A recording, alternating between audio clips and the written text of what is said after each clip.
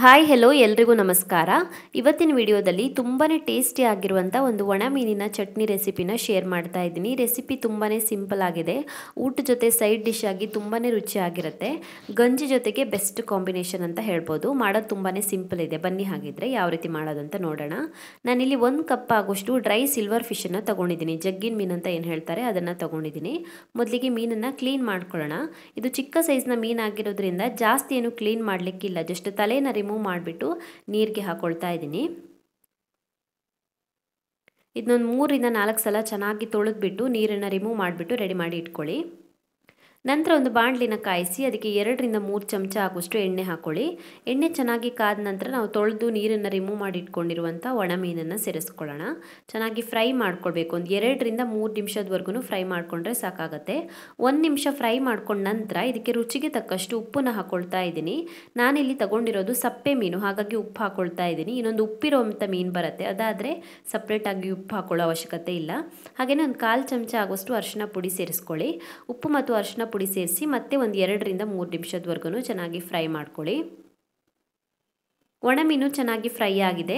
ನಾನಿಲ್ಲೊಂದು mixie ಜಾರಿಗೆ 3 ಹಸಿಮೆಣಸಿನ್ಕಾಯಿನ ಸೇರಿಸ್ಕೊಳ್ತಾ ಇದ್ದೀನಿ. 5 ರಿಂದ 6 ಎಸ್ಲಾಗುವಷ್ಟು ಬೆಳ್ಳುಳ್ಳಿನ ಹಾಕೊಳ್ಬೇಕು. ಒಂದು ಸಣ್ಣ ಪೀಸ್ ಆಗುವಷ್ಟು ಹುಣಸೆ ಹಣ್ಣನ್ನ ಹಾಕೊಳ್ತಾ ಇದ್ದೀನಿ. ರುಬ್ಕೊಳ್ಳೋದಕ್ಕಿದು. ಒಂದು ಈರುಳ್ಳಿನ ಕಟ್ ಮಾಡಿ ಹಾಕೊಳ್ತಾ ಇದ್ದೀನಿ. ಹಾಗೆಯೇ ಅರ್ಧ ಮುಷ್ಟಿ ಆಗುವಷ್ಟು ಕೊತ್ತಂಬರಿ ಸೊಪ್ಪನ್ನು ಸೇರಿಸ್ಕೊಳ್ತಾ ಇದ್ದೀನಿ. ರುಚಿಗೆ ತಕ್ಕಷ್ಟು ಉಪ್ಪನ್ನು ಹಾಕೊಳ್ತಾ ಇದ್ದೀನಿ. ಒಣ ಮೀನಿಗೆ ಎಷ್ಟು ಉಪ್ಪು ಬೇಕೋ ಅಷ್ಟು ಉಪ್ಪನ್ನು ಆಲ್ರೆಡಿ ಹಾಕ್ಕೊಂಡಿದ್ದೀನಿ. ಇವಾಗ ಇದಕ್ಕೆ ಸ್ವಲ್ಪ ಉಪ್ಪು ಹಾಕ್ಕೊಳ್ಬೇಕು. 3/4 ಕಪ್ ಆಗುವಷ್ಟು ತೆಂಗಿನಕಾಯಿ ತುರಿನ ಸೇರಿಸ್ಕೊಳ್ತಾ ಇದ್ದೀನಿ. ಒಂದು ಸಣ್ಣ ಸೈಜ್ನ ತೆಂಗಿನಕಾಯಲ್ಲಿ ಅರ್ಧ ತೆಂಗಿನಕಾಯಿ ತೊಗೊಂಡಿದ್ದೀನಿ. ಕಪ್ಪಲ್ಲಿ 3/4 ಕಪ್ ಆಗೋಷ್ಟಿದೆ. ಇವಾಗ ಇದನ್ನು ಚೆನ್ನಾಗಿ ರುಬ್ಕೊಳ್ಳೋಣ. ಮಿಕ್ಸಿನ ಕ್ಲೋಸ್ ಮಾಡಿಬಿಟ್ಟು ಚೆನ್ನಾಗಿ ರುಬ್ಕೊಳ್ಳಿ. ಸೊ ನಾನು ರುಬ್ಬಿಟ್ಟು ತೊಗೊಂಡು ಬಂದಿದ್ದೀನಿ. ಚಟ್ನಿ ರೆಡಿ ಆಗಿದೆ. ಇವಾಗ ಇದಕ್ಕೆ ಒಣ ಮೀನನ್ನು ಸೇರಿಸ್ಬಿಟ್ಟು ಮತ್ತೆ ರುಬ್ಕೊಳ್ಬೇಕು. ಫಸ್ಟಿಗೆ ನಾವು ಒಣ ಮೀನು ಹಾಕಿ ರುಬ್ಬಿದ್ರೆ ಪೂರ್ತಿಯಾಗಿ ನೈಸ್ ಆಗೋಗುತ್ತೆ. ನೈಸ್ ಆಗೋದ್ರೆ ಚೆನ್ನಾಗಾಗಲ್ಲ. ಇಡಿಯಾಗಿ ಸ್ವಲ್ಪ ಉಳ್ಕೊಳ್ಬೇಕು.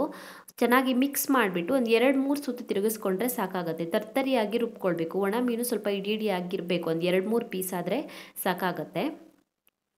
ಸೊ ನಾನು ರುಬ್ಬಿಟ್ಟು ತೊಗೊಂಡು ಬಂದಿದ್ದೀನಿ. ನೋಡ್ತಿರ್ಬೋದು ನೀವು, ಒಣ ಮೀನು ಪೂರ್ತಿಯಾಗಿ ರುಬ್ಬಿ ಹೋಗಿಲ್ಲ, ಇಡಿ ಆಗಿದೆ ನೋಡಿ. ಇದೇ ರೀತಿಯಾಗಿ ಒಂದು 2-3 ಸುತ್ತು ತಿರುಗಿಸ್ಕೊಳ್ಳಿ, ಸಾಕಾಗುತ್ತೆ.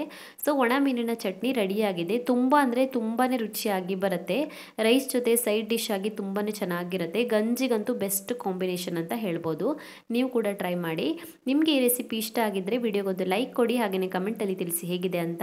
ಇನ್ನೂ ಹೆಚ್ಚಿನ ವಿಡಿಯೋಗಳಿಗೆ ನನ್ನ ಯೂಟ್ಯೂಬ್ ಚಾನಲನ್ನು ಸಬ್ಸ್ಕ್ರೈಬ್ ಮಾಡ್ಕೊಳ್ಳಿ. ಹಾಗೆಯೇ ನನ್ನನ್ನು ಫೇಸ್ಬುಕ್ ಮತ್ತು ಇನ್ಸ್ಟಾಗ್ರಾಮಲ್ಲಿ ಫಾಲೋ ಮಾಡೋದನ್ನು ಮರಿಬೇಡಿ.